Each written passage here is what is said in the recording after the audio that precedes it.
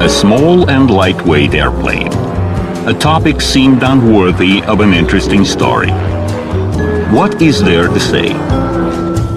It is not a powerful bomber, nor a fast and streamlined fighter, nor a respectable airliner. However, the way to all those real combat aircraft for any pilot always started with a small flying thing. Ask anyone and they will reverently remember their first obedient, faithful, forgiving all mistakes machine. The seeming simplicity of its creation is deceptive. Throughout more than 100 years' history of aviation, thousands of people tried to resolve this problem. But only some machines became a legend. It all happened on December 17, 1903. Brothers Orwell and Wilbert Wright from America made 3 flights on an airplane of their own design. The least attempt lasted 12 seconds, while the best 59 seconds. But figures did not matter. Civilization entered the era of guided air flight. Feeling big success and willing to make more money on their invention, the brothers classified their works. It was all different in Europe. Flights were big time.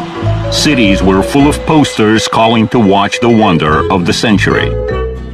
The first European to fly was Alberto Santos Dumont, a Brazilian living in France. Then there were others, and soon France turned into an airplane fashion queen.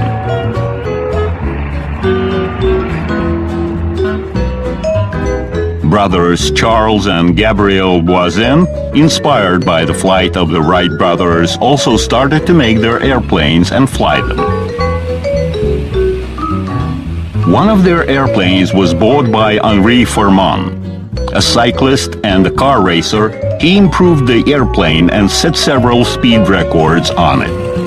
Then, together with his brother Maurice, Henri started to make his own aircraft. A big fan and airplane promoter was Louis Blériot. In July 1909, he was the first to fly over the British Channel on an airplane of his own design. The 50-kilometer-long flight from the French town Calais to the British Dover lasted 37 minutes. Everything was for the first time. First airplanes, first pilots, first air school. Everyone was eager to learn how to fly. The first Russian to obtain the pilot's diploma was Mikhail Yefimov. Learning to fly from Henri Farman, he took part in international competition. Then back in Russia, he became an instructor in a military aviation school. At that time, the name of Sergei Utочкин became well known. He came into aviation after mastering extreme types of sport, and everywhere he achieved outstanding results. This red-haired guy from Odessa built some kind of a Farman airplane and made performances in 70 cities of the world. Among those who saw his flights were future renowned aircraft designers Polikarpov and Sukhoi, engine designers Kamov and Mikulin, pilot Nesterov, and spacecraft designer Korolev. Everywhere in the world, flights were mostly cautious, accurate ups and downs, turns with no rolling, a pancake type. But not for Russia. Both Yefimov and Utочкин performed overbanks, throwing airplanes into diving. Pyotr Nesterov was confident that an airplane had a permanent support in the air, and he did even more.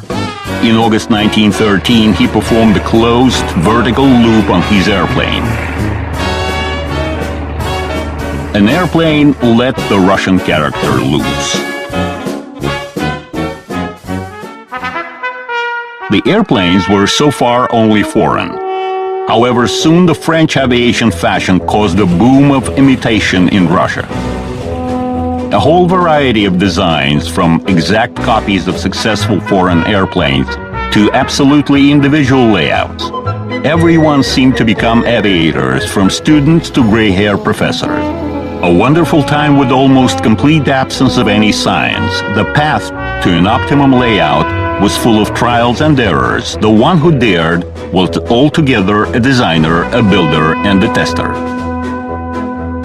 One of the first who made its own airplane was a professor from Kiev, Prince Alexander Kudashev. Although the machine copied the French Sommer, it differed from the latter.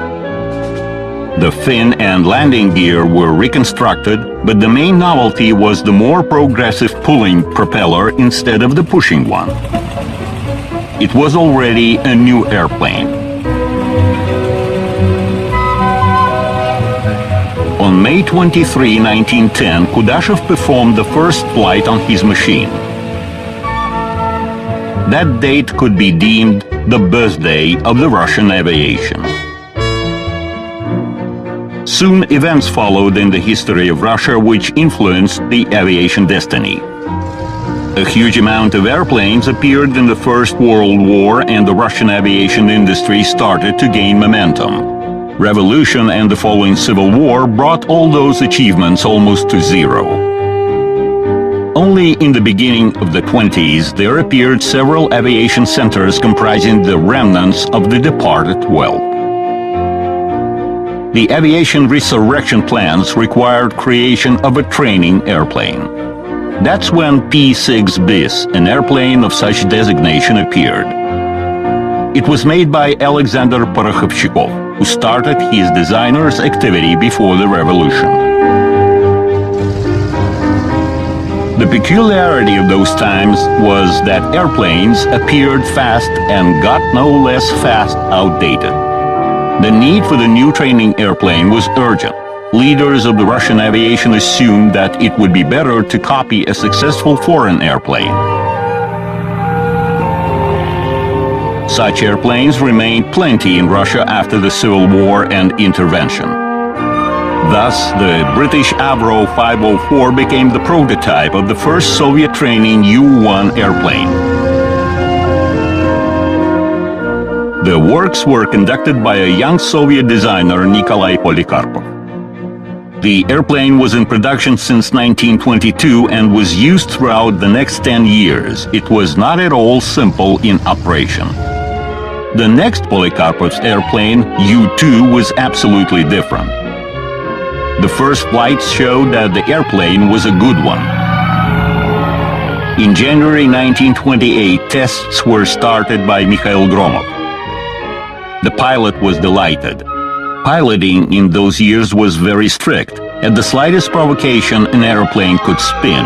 Instead, a lot of efforts were needed to make this airplane fall down. The airplane itself corrected minor mistakes of non-experienced pilots. Such features were very unusual and valuable.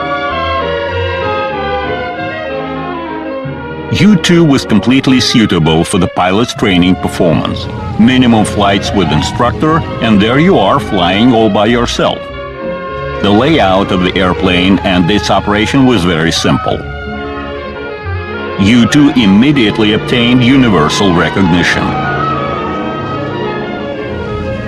Its production started in 1930 and ended up in 1959. The airplane was being produced throughout 30 years. Its M11 engine was as long-living as the airplane itself. It was produced in enormous quantity and various modifications. Dozens of different types of machines flew into the sky thanks to this engine. U-2 had so many variants that all of them could hardly be recalled. Besides training versions, there were ambulance, liaison, agricultural. The airplane was put on floats and skis. In the war, it was even used as a light night bomber. Those were only the most renowned variants. From 1944, U-2 was renamed into Po-2 after its designer Nikolai Polikarpov. In the 30s, aviation was extremely popular in the USSR. Together with a mass-produced U-2, a whole army of independent designers made airplanes of their own. They did not have any production base, nor funds or materials, but they were invincible enthusiasts. One of the best examples was Alexander Yakovlev. He made his first Air-1 airplane when he was 21 years old.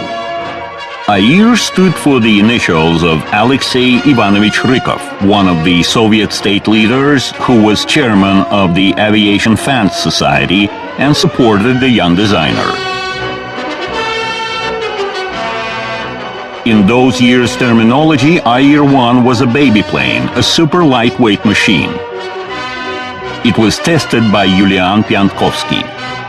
The baby plane showed good characteristics, but nobody rushed to provide the young designer with a production base. A single result was not enough. Therefore, in 1927, Air-1 performed a flight demonstrating its capabilities: Moscow, Kharkov, Sebastopol, Moscow. In this flight, the baby plane set a range record. Although it was not registered, since the USSR at that time was not member of the International Aviation Federation. In 1928, the Youth Pioneer Organization collected funds for the Yakovlev's new airplane, Air-2. The funds were enough even to build Air-3. On August 24, at Khadinsky Field, pioneers passed the airplane to the Soviet air fleet. Air-3 carried the name of the pioneer Pravda on board. And again, agitation flights, and again, new record. Such was the time. It was surprising how much a small airplane sustained super hardships: heat, frosts, rains, runways unprepared for takeoff and landing. The rows of enthusiasts included all kinds of people. While Yakovlev was making the best out of traditional layouts, others experimented with unusual layouts. For example, Boris Cheranovsky was making tailless airplanes. His BIC-7 had an unusual parabolic wing, but it flew very well. Anatoly Bindukovich made LK-4, a transformer airplane. The number of its wings and their location could be changed. Each combination gave this airplane new characteristics. That's how the pilot's training was being resolved from simple to complex.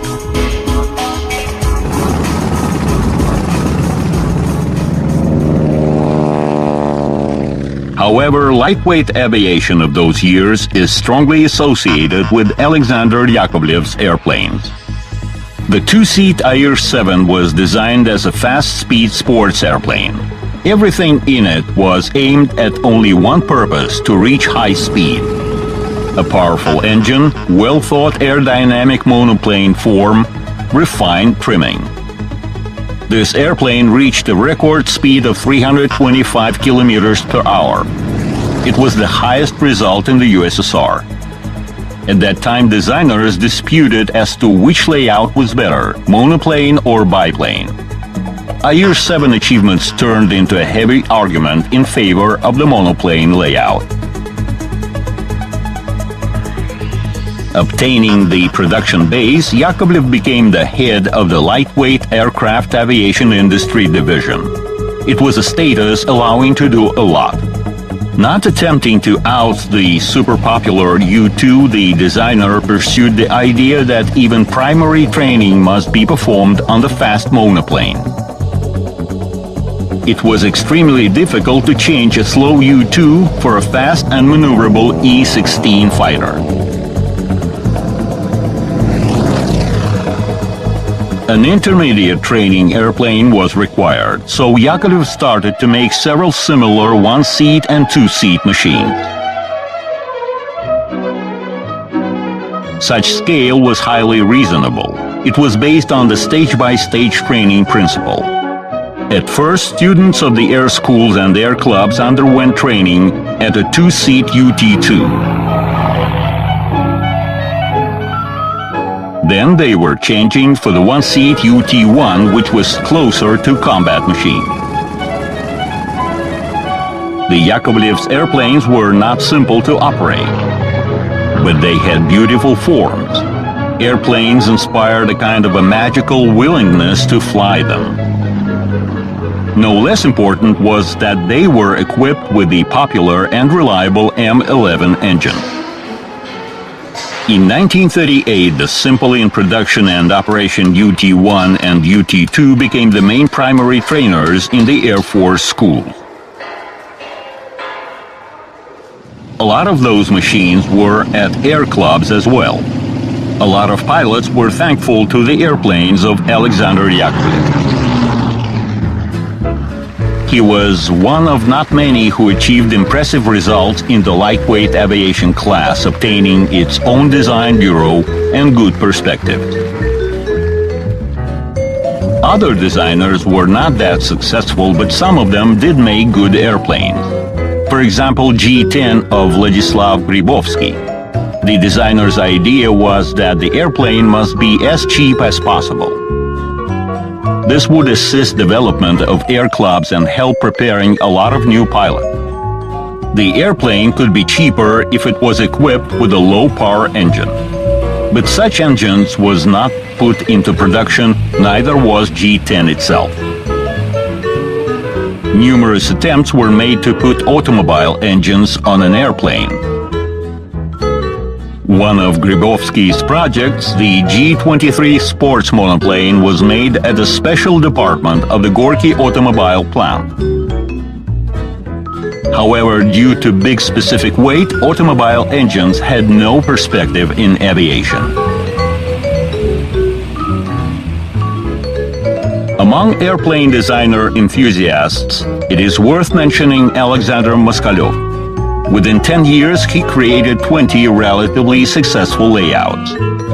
His 5-seat Sam-5 bis passenger airplane showed its quality, although the decision was to produce its ambulance version with a large side door. In the first half of the 30s, the lightweight aviation development growth was massive.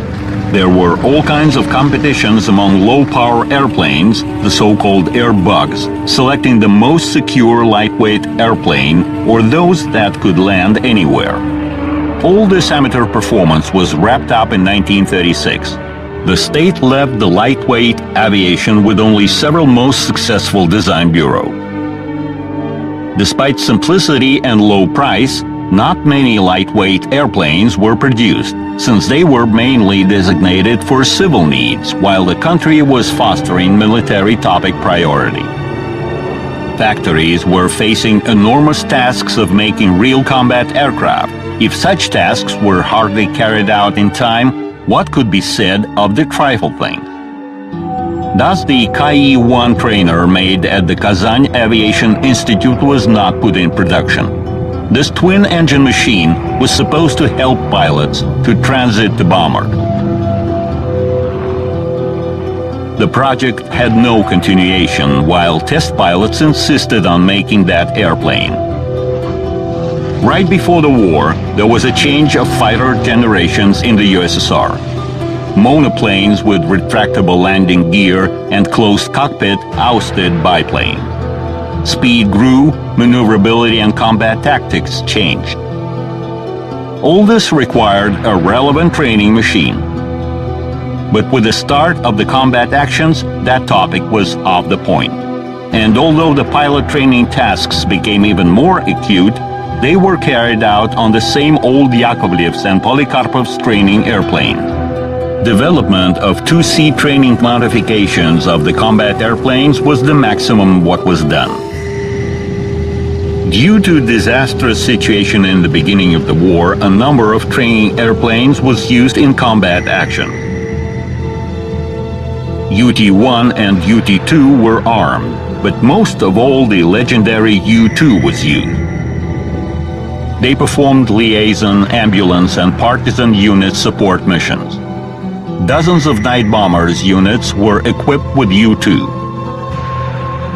The bombs they took on board were not serious, but their constant night visits disturbed and exhausted the enemy. The Germans gave U-2 many names.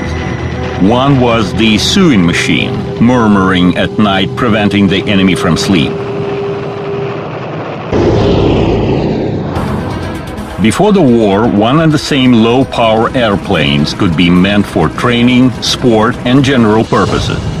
After the war, all such machines required division into separate classes. For training airplanes, it was always important to have such qualities as stability and controllability, correcting even rough mistakes at piloting.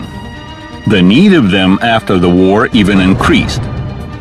Relations between the countries which defeated fascism began to worsen. Arms race went on another loop. At that time, Yak-11 combat trainer was used to prepare military pilots. It was based on one of the best wartime piston engine fighters, Yak-3. No doubt that Yak-11 was perfect. After mastering Yak-11, transition to a fighter was easy.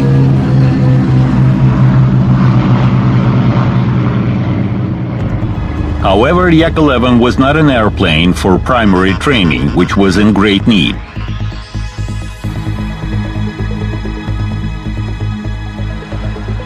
Having refurbished the pre-war UT-2, Alexander Yakovlev started to make the new UT-2L, although it could hardly be called new.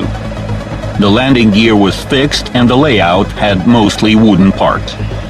In the beginning of the war, USSR suffered shortages in aluminum, but for 1945 a wooden airplane was of course an anachronism. UT-2L was not produced. Thereafter, there appeared an all-metal Yak-18. It had all the qualities of an airplane of such designation, simple in operation, solid and reliable. It had signs of the new times as well: closed cockpit, retractable landing gear, and a radio station. In the course of its service, Yakovlev kept on updating the airplane. The most successful modification, Yak-18A, resulted from installation of a new M14 engine. The 1.5 times increase in power gave the airplane absolutely new flight quality. All new machines by that time were equipped with a nose wheel. This made the airplane ground driving simpler. Yak-18A had such a wheel. Yak-18 production of different modifications amounted to 7,000. Throughout dozens of years, this airplane was used in the military and civil aviation schools and sports air clubs.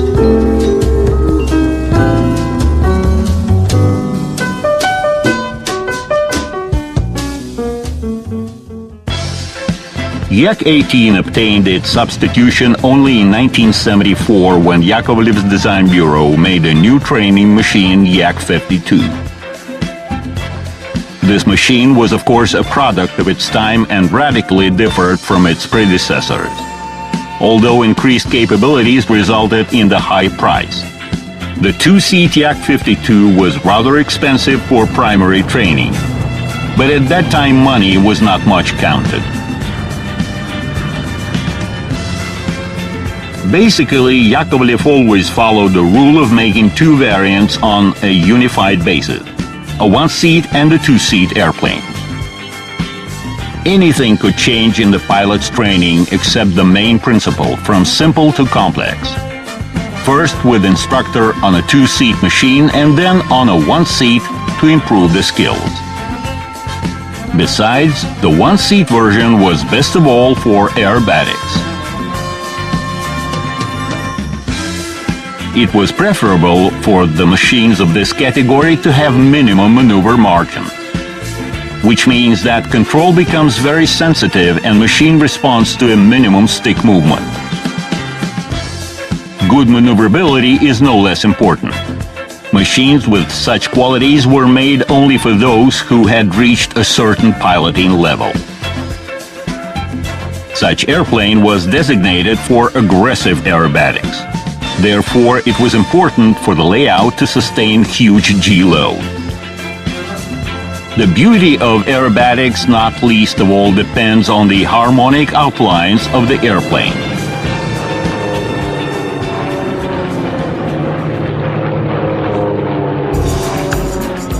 A special aerobatic airplane appeared in 1959. It was made on the basis of Yak-18 and was defined as Yak-18P. Its systems were worked out in such a way that even in an upside-down flight, the fuel and oil supply of the engine was uninterruptible. Despite its minor dimensions, the machine was tested seriously. Yak-18P was tested by the well-known test pilot Sergei Anokhin. Such attention to aerobatic machines was not accidental. Aerobatic World Championships started to take place from 1960, and Soviet pilots took active part in them. After the Stalin's death, the country felt more free and produced a number of records. It was important to be the first everywhere, including sport. The first performance in 1960 was not outstanding, but on the next championship, the Soviet team was second.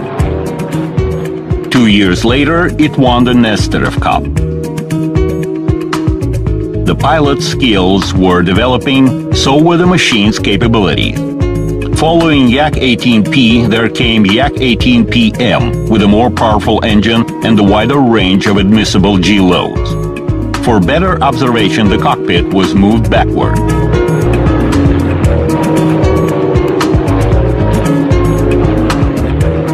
Already in 1966, all the leading places were occupied by the Soviet pilots. Vladimir Martemyanov and Galina Korchuganova became champions. In 1968, competitors progressed and Germans became champions. They performed on an aerobatic airplane of the Czech Zlin company. Its history started way back in the 30s, and it was steeped in airplane building traditions. The Zlin company built a number of minor airplanes which were used for training and successfully participated in competition. The best of its airplanes was Zlin 50, which was made exclusively for aerobatics.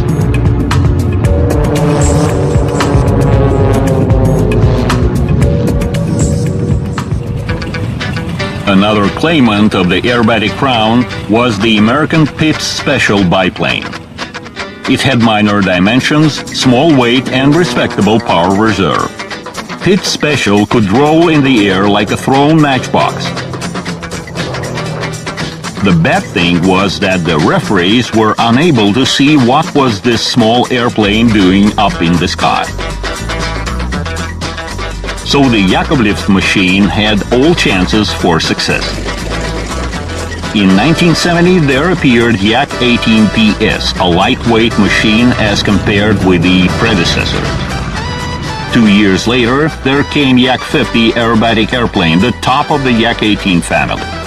Since that time, practically all wins at the World and European Championships belonged to Soviet pilots.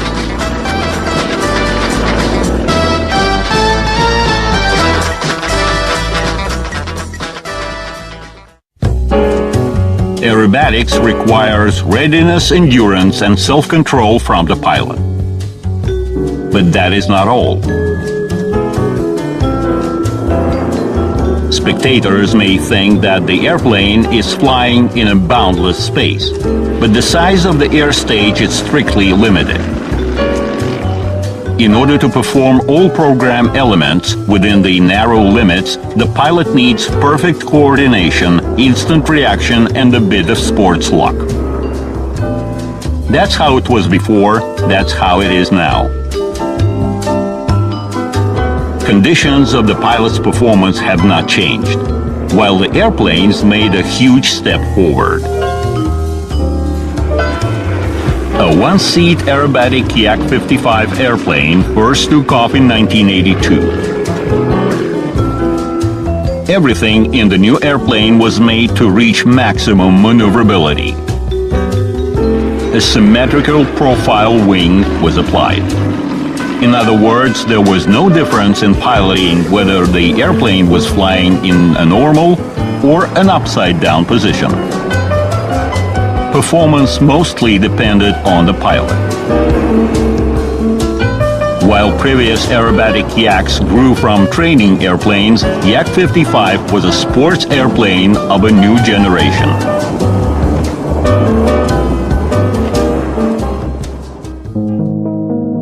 Not long before that, the Yakovlev's monopoly in sports airplanes production was slightly disturbed by the Students' Design Bureau of the Moscow Aviation Institute.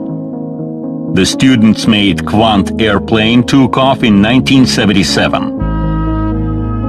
Its size and form were ideal for the aerobatic geometry, and all it did in the sky looked very harmonically from the ground. The Kvant's proportions later became classical and made the basis for many sports airplanes built later. In 1992, the same institute made another aerobatic machine, Aviatika 900. The students' layout was peculiar for a lot of new non-standard engineering and technological solutions. Attempts of the Students' Design Bureau were not considered as anything serious. The Yakovlev's monopoly ended up only when the sports topic was undertaken by the Sukhoi Design Bureau, which used to make only military aircraft. The history of the Su-26 sports aerobatic airplane was not simple. Designer Vyacheslav Kondratyev first elaborated on the Su-26 layout when he worked in the Yakovlev's Design Bureau. He then had to leave, and works continued in the Sukhoi team. Thus, in 1984, an aerobatic airplane appeared under the brand of Su-26, which gave birth to the world-renowned family. Conditions for the airplane's creation and improvement were principally new. Designers were diligently inquiring the sports pilots how the airplane should be done in order to have advantage over other machines at the competition. In other words, the tool for the achievements was made upon a special order of the sport pilots. This virtually resulted in the Su-26's enormous success.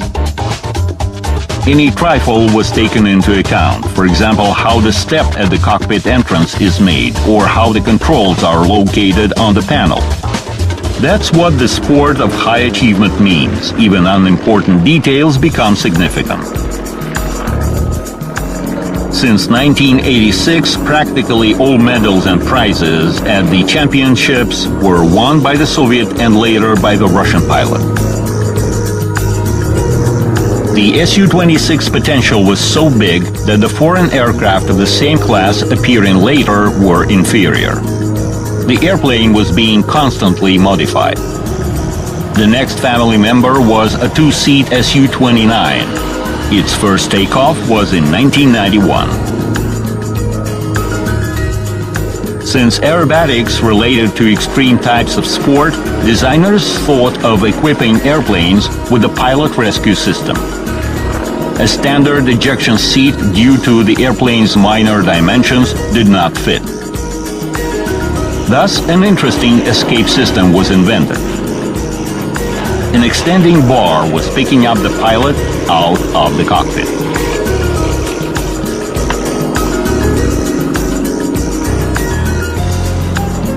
Another family member was Su-31, a one-seat variant of Su-29. The new identification resulted from a lot of novelties added to the basic layout.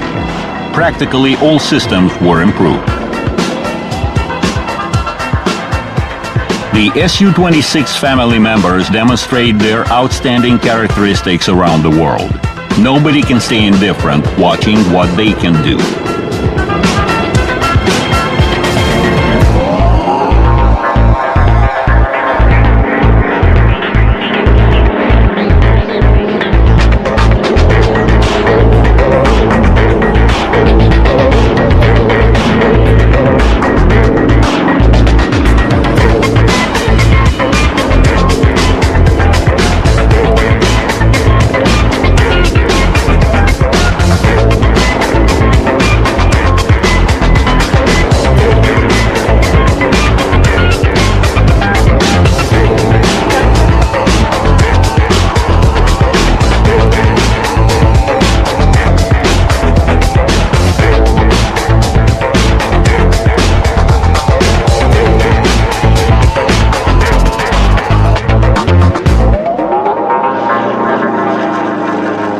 Airplanes of the Sukhoi Design Bureau firmly put pressure on their competitors in the sphere of sports aviation.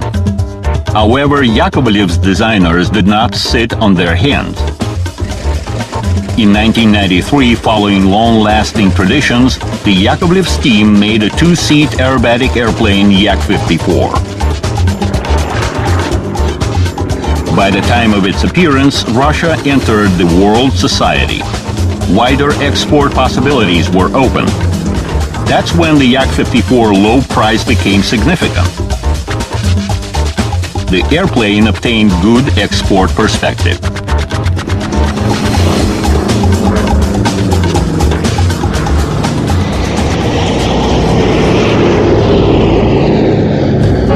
At all times, there was a lot of work for the light aviation. This diversity was hard to describe, so such airplanes were attributed to the general-purpose aviation. This category had lower takeoff and landing requirements in order to expand its application. Economic efficiency was also important. The main supplier of such machines was Alexander Yakovlev's Design Bureau. As far back as in 1944, an all-wooden four-seat Yak-13 was made there. A bit later, Yak-10 was built, which was more successful and therefore put in production. Finally, there appeared Yak-12, one of the most wonderful Yakovlev's machines of its class. Here's an episode of the life of this aircraft. In 1950, Stalin made an offer to make a small airplane capable of taking off with a very short run. The leader was inspired by the fact that Adolf Hitler had a Storch airplane ready to evacuate him at the very last moment of the war by taking off vertically from a tiny pad. Stalin ordered to have an airplane with exactly the same takeoff characteristics. Yakovlev fulfilled the task by putting a more powerful engine on Yak-12. It was very simple in operation. In one of the Soviet films made in the 50s, an airplane was piloted by a youngster. This fact was not at all the main fact featured in the film. It performed all kinds of works, and it was really a general-purpose airplane.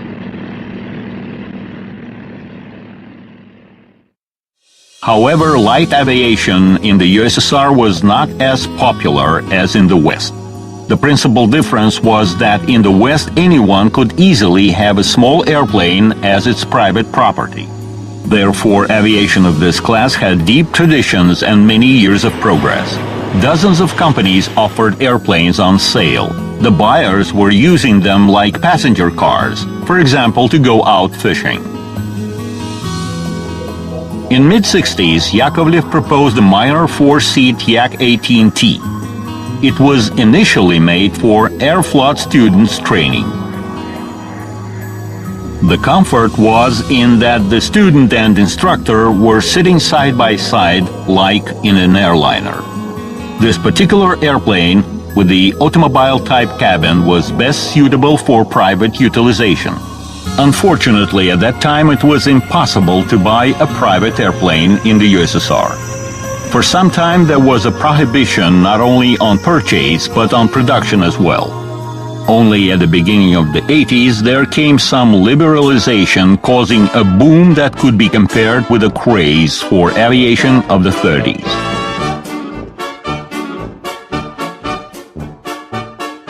Everyone started to make airplanes, often with no professional knowledge, while professional test pilots had to test those amateur products.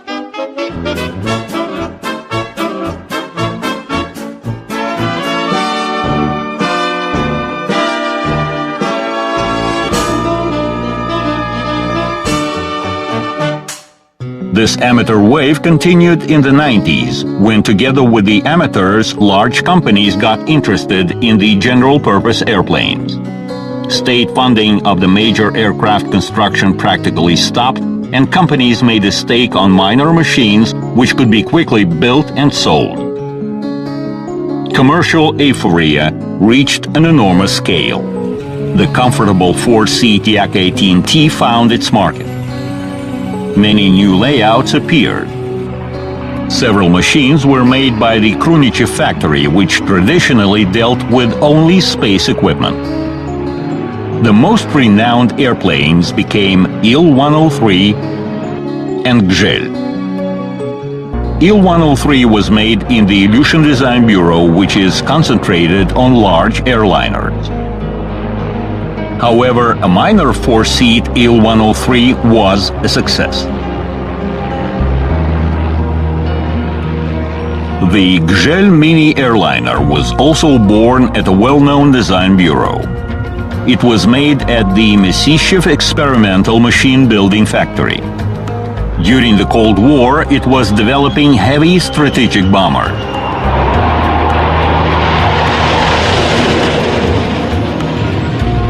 While in the 80s, the factory actively participated in the Energy Buran airspace program.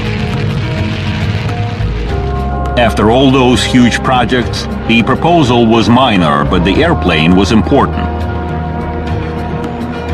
Gzhel had a pressurized cabin for high-altitude flights, a powerful and cost-efficient turboprop engine, and the relevant modern avionics.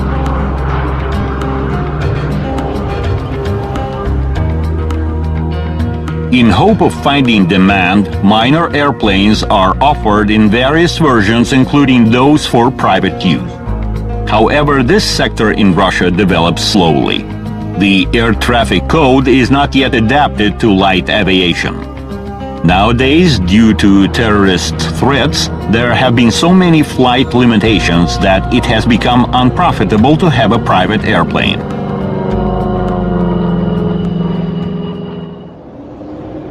We shall complete our story of the light aviation with a description of the jet aircraft of this class. The jet era started in the end of the 40s. The big aviation in mass and speed went far ahead, while the minor aviation, as a step to it, could not keep up. This predetermined the appearance of the training jet airplanes.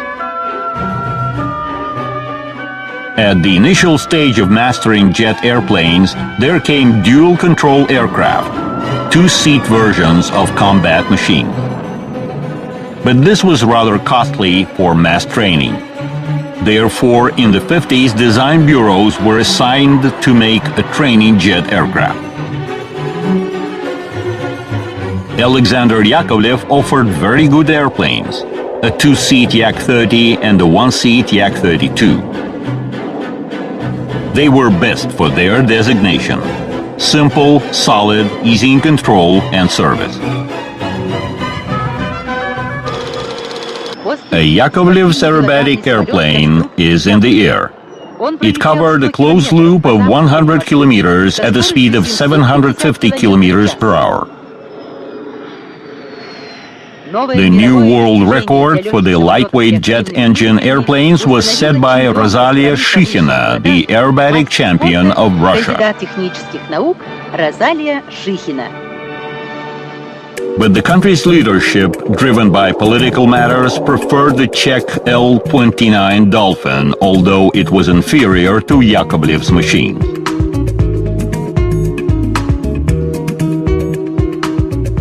That airplane became the first in Russia training jet aircraft. The Soviet Union obtained around 3,000 machines, most of those produced. Dolphin was highly reliable and comfortable in control. Future pilots could perform their first flights on the L-29 jet without trying piston engine machines. Thereafter, the Czechs were offered to build the next generation, the L-39 Albatross.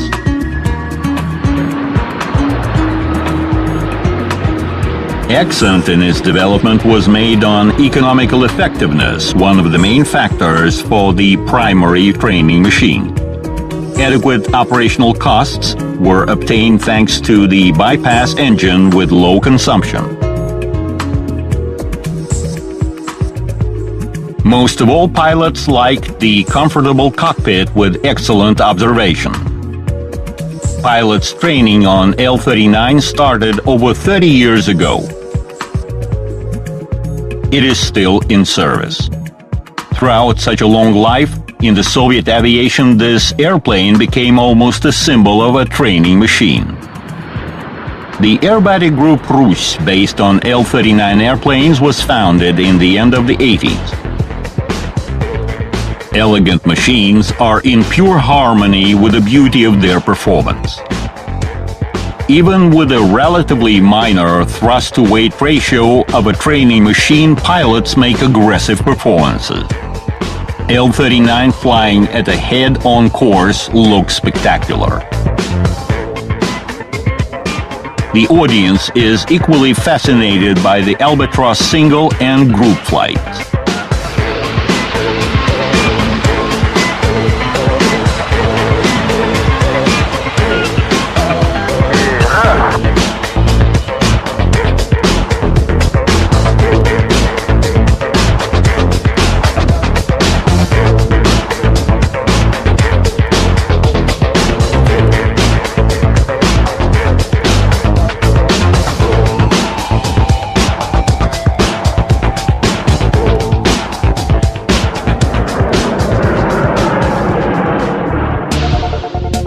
In the modern times, a contest was announced for a training aircraft with a new ideology when special systems produce an impression as if a pilot flies a light MiG-29 or a heavy Su-27.